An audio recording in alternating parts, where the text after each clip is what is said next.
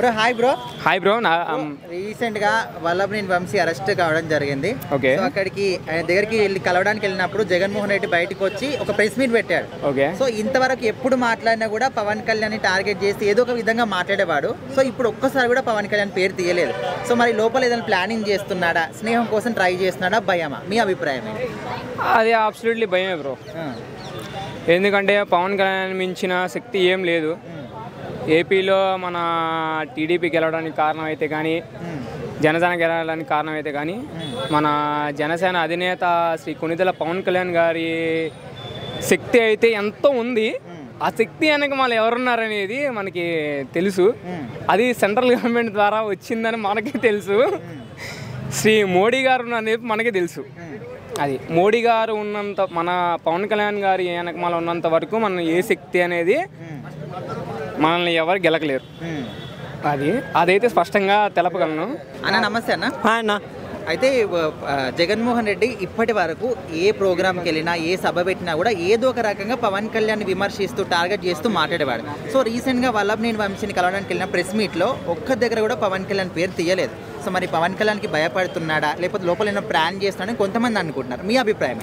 ఎందుకంటే ఇప్పుడు పవన్ కళ్యాణ్ గురించి ఏమన్నా మాట్లాడినా ప్రజలే కొంచెం రివర్స్ అవుతారేమో అని జగన్ గారు అనుకున్నట్టుంది. ఎందుకంటే చంద్రబాబు నాయుడు గారికి కూడా అంత క్రేజ్ లేదు, ఇప్పుడు అంత క్రేజ్ ఉంది పవన్ కళ్యాణ్ గారికి. ఎందుకంటే ఇప్పుడు మీరు రీసెంట్గా సీఎం ప్రమాణ స్వీకారంలో కూడా మోడీ గారు అందరితో క్యాజువల్గా కలిశారు, కానీ పవన్ కళ్యాణ్ గారితో ఒక హ్యాపీయెస్ట్గా ఒక హగ్ ఇస్తూ జస్ట్ ఆయన సనాతన ధర్మం అది ఉన్నారు కదా, దాన్ని నమస్కరించి ఇలా పెట్టారు. కాబట్టి ఇండియా మొత్తం క్రేజ్. ఇప్పుడు మోడీ గారు అంత హ్యాపీయెస్ట్గా పలకరించారంటేనే ఫుల్ క్రేజ్ ఉంటుంది దాన్ని బట్టి. ఎందుకంటే ఇప్పుడు కేసెస్ కూడా మోడీ గారి దగ్గరే ఉన్నాయి కాబట్టి పవన్ కళ్యాణ్ మన జగన్ గారిది ఎక్కడో తగ్గి కొంచెం మాట్లాడారేమో అనిపించింది. ఎక్కడ ఎక్కువ లోకేష్ గారి గురించి మాట్లాడడం జరిగింది. మనకు ఎఫెక్ట్ అవుతుంది అనుకోవచ్చా, లేకపోతే స్నేహం కోసం ఏమైనా ట్రై చేస్తున్నాడు అనుకోవచ్చా?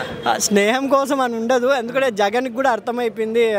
ఎందుకంటే విజయసాయి రెడ్డి లాంటి డైనమిక్ లీడరే ఆయన రిజైన్ ఇచ్చిపోయారంటే పవన్ కళ్యాణ్ గారు పాత కేసెస్ అన్నీ ఎక్కడ తీస్తారని ఒక భయంతో వెళ్ళొచ్చు. అది కాకుండా ఇప్పుడు పవన్ కళ్యాణ్ గారిని మాట్లాడి ఉంటే కంపల్సరీ ఆయన మాట్లాడేవారు. ఎందుకంటే ఒక గవర్నమెంట్ అధికారుల గురించి పవన్ కళ్యాణ్ గారికి చాలా రెస్పెక్ట్ ఉంటుంది. ఎందుకంటే వాళ్ళ ఫాదర్ కూడా కానిస్టేబుల్ కాదు. పోలీసులను బట్టలు ఉడిదిస్తా అనే వర్డ్ కంపల్సరీ ప్రతి ఒక్క రాజకీయ ఖండిస్తారని నా అభిప్రాయం.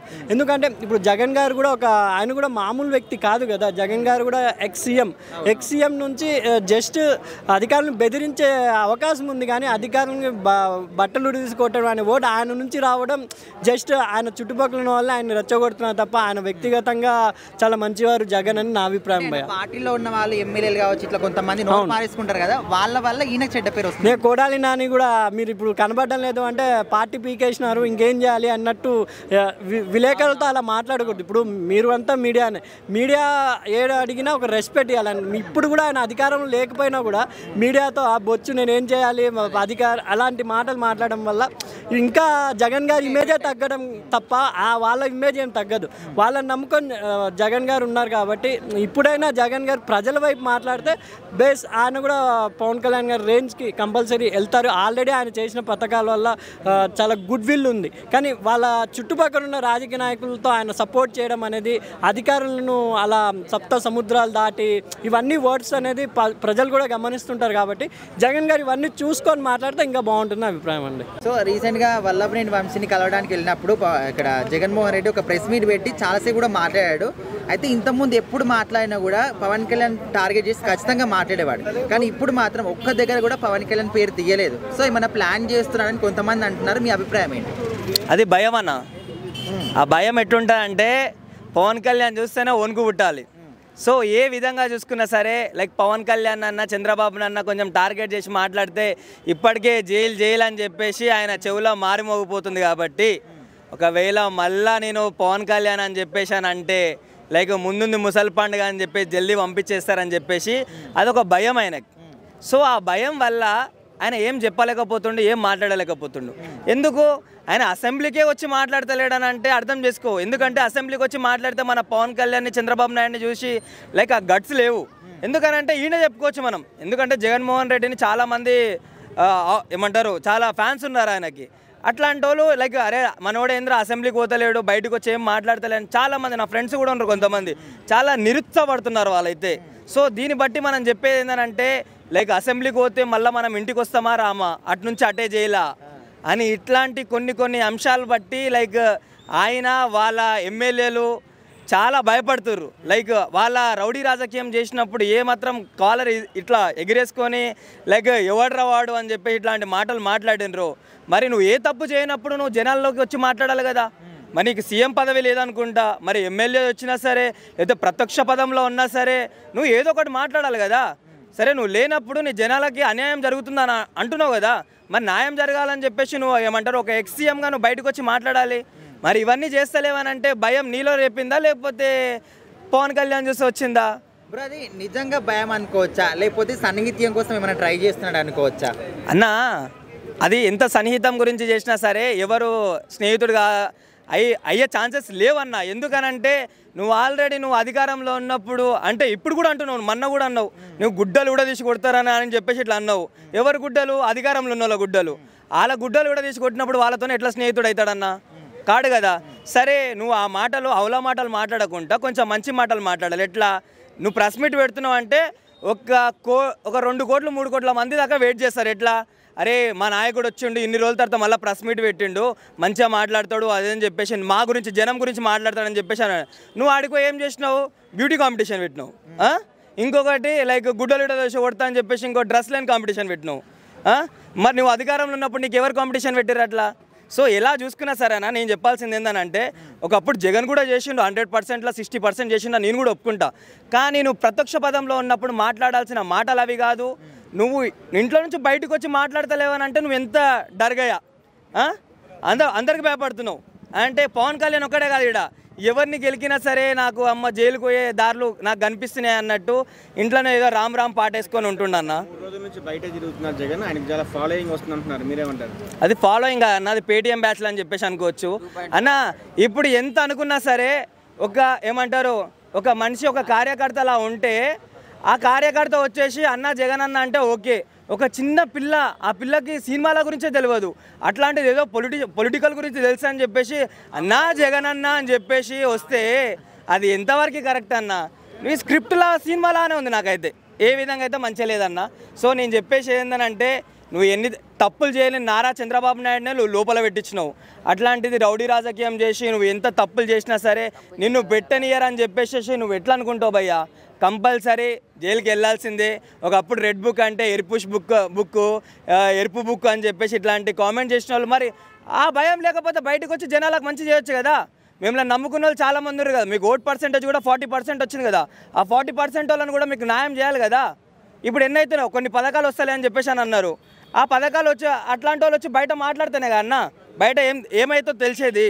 నువ్వే ఏం మాట్లాడకపోతే నీ ప్రజలు ఏం మాట్లాడతారు? నిన్ను నమ్ముకున్న నిన్ను ఓటేసిన వాళ్ళు, నువ్వు ఓడిపోయినా సరే నీకు ఓటేసిన వాళ్ళు ఏం మాట్లాడతారు? సో ఏ విధంగా చూసుకున్నా మనోడిది చాలా తప్పు ఉంది. సో జైలుకి వెళ్ళడం పక్కా.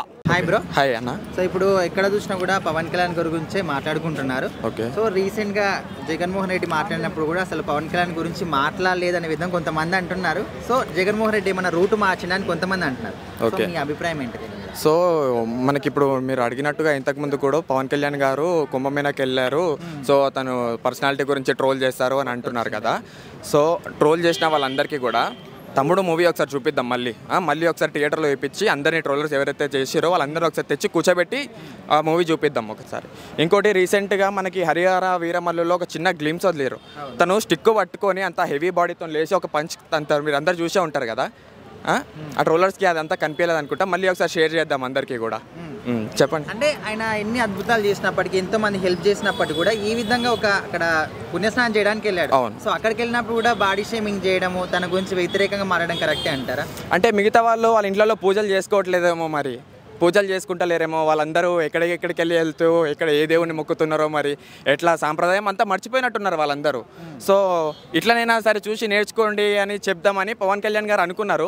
సో దాన్ని వాళ్ళు ఇంకో రకంగా తీసుకుంటున్నారు అనమాట. Bro hi. బ్రో హాయ్ అండి. సో జగన్మోహన్ రెడ్డి ఎప్పుడు కూడా పవన్ కళ్యాణ్ ఏదో ఒక విధంగా విమర్శిస్తూ టార్గెట్ చేస్తూ మాట్లాడేవాడు. సో రీసెంట్గా వల్లభనేని వంశీని కలవడానికి వెళ్ళినప్పుడు ప్రెస్ మీట్లో ఒక్క చోట కూడా పవన్ కళ్యాణ్ పేరు తీయలేదు. సో మరి పవన్ కళ్యాణ్కి భయపడుతున్నాడు అనుకోవచ్చా, లేకపోతే ఏదైనా ప్లానింగ్ చేస్తున్నాడు అనుకోవచ్చా? మీ అభిప్రాయం ఏంటి? అలా ఏం లేదండి. ఇప్పుడు అదంతా పాలిటిక్స్. ఇక సమయం వచ్చినప్పుడు వాళ్ళు మాట్లాడుతూ ఉంటారు.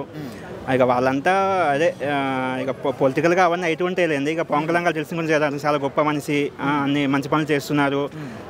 సరే ఇప్పుడు బ్యాడ్ లెక్క జగన్ గారు కూడా కాస్త అది తగ్గారనుకోవచ్చు.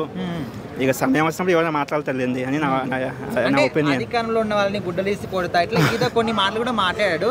సో పవన్ కళ్యాణ్ పేరు ఎందుకు తీయలేదు? ఆయనకు భయపడుతున్నాడా? ఎందుకంటే ఆయన గురించి చిన్న మాట మాట్లాడినా కూడా అందరూ కూడా రియాక్ట్ అవుతారు కాబట్టి. సో మీరేమనుకుంటున్నారు? అది కూడా కావచ్చు, కానీ అట్లా ఆఫీసర్స్ని అట్లా తిట్టడం కూడా కరెక్ట్ కాదండి. ఇక సరే అదే ఇప్పుడు ఆవేశంలో కోపంలో అవన్నీ వస్తాయిలేండి. ఇక ఎందుకంటే అది వాళ్ళ కార్యకర్త జైలు వేశారు కాబట్టి ఆ కోపంలో అది సహజంగా వస్తుంది. బట్ ఇప్పుడు చూద్దాం ఇక ఫ్యూచర్లో ఏమవుతారో. ఎందుకంటే జగన్ గారు కూడా సీఎంగా ఉన్నప్పుడు కూడా మేబీ అతను కూడా సీఎం ఇప్పుడు ఎట్లయితే ట్రీట్ చేస్తున్నారో అతను కూడా సీఎం అలాగే ట్రీట్ చేసి ఉండవచ్చు.